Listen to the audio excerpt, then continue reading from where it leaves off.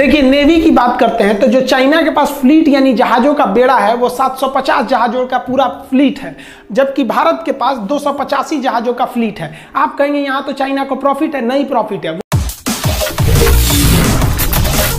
देखिए नेवी की बात करते हैं तो जो चाइना के पास फ्लीट यानी जहाजों का बेड़ा है वो 750 जहाजों का पूरा फ्लीट है, जबकि भारत के पास 285 जहाजों का फ्लीट है। आप कहेंगे यहां तो चाइना को प्रॉफिट है, नहीं प्रॉफिट है। वो दक्षिणी चीन सागर को छोड़कर नहीं हट सकता है, क्योंकि वहां छोड़ेगा तो उसके विरोधी सब वहां पे चढ़ जाएंगे। और भारत का हिंद महासागर में कोई विरोधी नहीं है और ना ही किसी की औकात है जो भारत से लड़ सके। चाइना के पास अभी दो एयरक्राफ्ट कैरियर है। ये एयरक्राफ्ट कैरियर इतने बड़े होते हैं कि इस पे जहाजें उतर सकती हैं। ये आपको संख्या में ज्यादा लगेगा, ये नए अभी शामिल किया है और हम लोग अपने सेना में से 3 ठो एयरक्राफ्ट कैरियर रिटायर कर दिए। अतः चाइना को इन एयरक्राफ्ट कैरियर के यूज करने का कोई एक्सपीरियंस नहीं है। और हमने 1971 में पाकिस्तान का वीडियो बनाया, आप देखिएगा कितने खतरनाक था हमारा विक्रांत। फिलहाल हमारे पास एक एयरक्राफ्ट कैरियर है, लेकिन ये इन दोनों पर भारी पड़ेगा क्योंकि ये रूस का बना हुआ है। विक्रमादित्य काफी शक्तिशाली है और हम लोगों को नेवी का एक बहुत बड़ा एक्सपीरियंस है।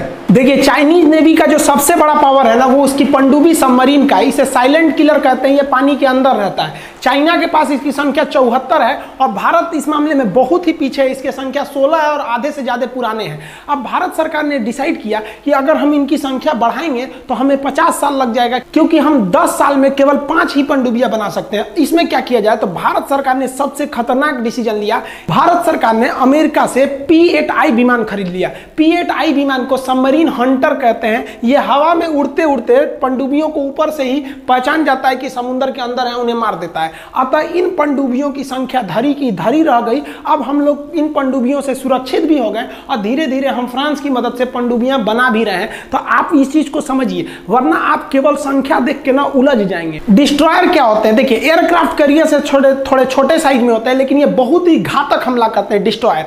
तो चाइना के पास 36 डिस्ट्रॉयर है और भारत के पास 10 विध्वंसक यानी 10 डिस्ट्रॉयर है। लेकिन ये सब आधुनिक डिस्ट्रॉयर है और ये पुराने टेक्नोलॉजी के हैं। इन सभी के बावजूद चाइना के पास नेवी की संख्या बहुत ज्यादा है। लेकिन एक बात की गारंटी लेते हैं कि चाइनीज नेवी हिंद महासागर में नहीं आएगी। इसके 2 कारण हैं, हम आपको अभी समझाते हैं। डिस्ट्रॉयर से थोड़े छोटे आकार में जो होते हैं वो होते हैं फ्रीगेट। फ्रीगेट जो होते हैं थोड़े स्टील टेक्नोलॉजी के होते हैं। इनमें मिसाइलें ज्यादा लगी रहती हैं और ये अग्रिम पंक्ति में आगे आगे चलते हैं। फ्रीगेट ये समुद्र के अंदर बिछाए गए माइंस के खिलाफ भी उन माइंस को न्यूट्रल कर देते हैं। तो चाइना के पास 52 फ्रीगेट है और भारत के पास 13 फ्रीगेट है। फ्रीगेट से भी छोटे आकार के जो होते हैं वो होते हैं कॉर्बेटर। ये जो है चाइना के पास कॉर्बेटर की संख्या जो है वो 50 है और इंडिया के पास 19 है। ये पनडुब्बियों के अंदर भी हमला कर सकते हैं, पनडुब्बियों को मार सकते हैं एंटी सबमरीन हथियार के द्वारा से। तो यहां भी आपको चाइना की संख्या ज्यादा लगेगी। पेट्रोलिंग के लिए जो कोस्ट गार्ड के जहाज होते हैं उन्हें हम कहते हैं पेट्रोलिंग वेसल। ये चाइना के पास 220 है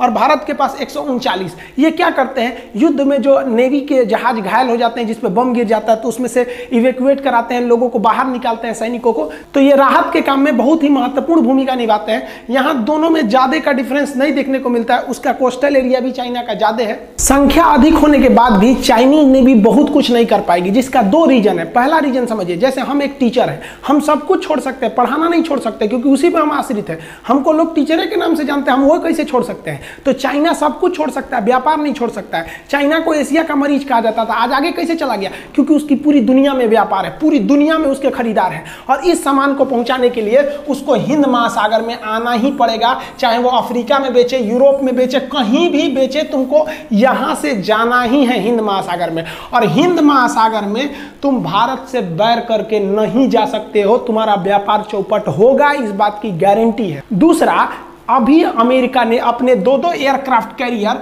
दक्षिणी चीन सागर में भेज दिए हैं। ये जानबूझ के भेजे हैं। लेकिन आप अभी सोचिए अपने मन से कि चाइना और अमेरिका में कोई दिक्कत ही नहीं है, लेकिन अमेरिका ने अपने बहुत ही भीषण जंगी जहाजों को, विध्वंसक जहाजों को पूरा ग्रुप भेज दिया, जिसमें 2 एयरक्राफ्ट कैरियर है। अब चाइना के पास 2 एयरक्राफ्ट कैरियर है और 2 अमेरिका भेज दिया, तो वो यहां से अब हट ही नहीं सकता है क्योंकि उधर झगड़ा है। अब यहाँ हिंद महासागर में इंडियन नेवी एकदम फ्री हो गई। अब अगर इंडियन नेवी आगे बढ़ती भी है तो अमेरिका और इंडिया एक साथ हो जाएंगे। यहाँ ऑस्ट्रेलिया से पहले समझौता हो गया है और इंडिया के मैटर पे कभी भी रूस उसके साथ नहीं आएगा। और आप सोच रहे होंगे पाकिस्तानी कमेंट करते हैं हम चाइना के साथ आ जाएंगे। अरे बकलोलवा कहीं का, अमेरिका तुमको पैसा देना बंद करेगा, ससुरा अंडरवियर नहीं खरीद पाओगे तुम लोग। और भारत के कहने पर अगर भारत के मामले में टांग लड़ाएगा तो अमेरिका जानता है कि भारत को रोकने का मतलब चाइना को रोकना, और चाइना अगर नहीं रुका तो अमेरिका के लिए दिक्कत होगा। इसलिए अमेरिका पाकिस्तान को दिए जाने वाली आर्थिक मदद को रोकने की धमकी देगा और इस धमकी से ही तुम लोग का पैंट गीला हो जाएगा।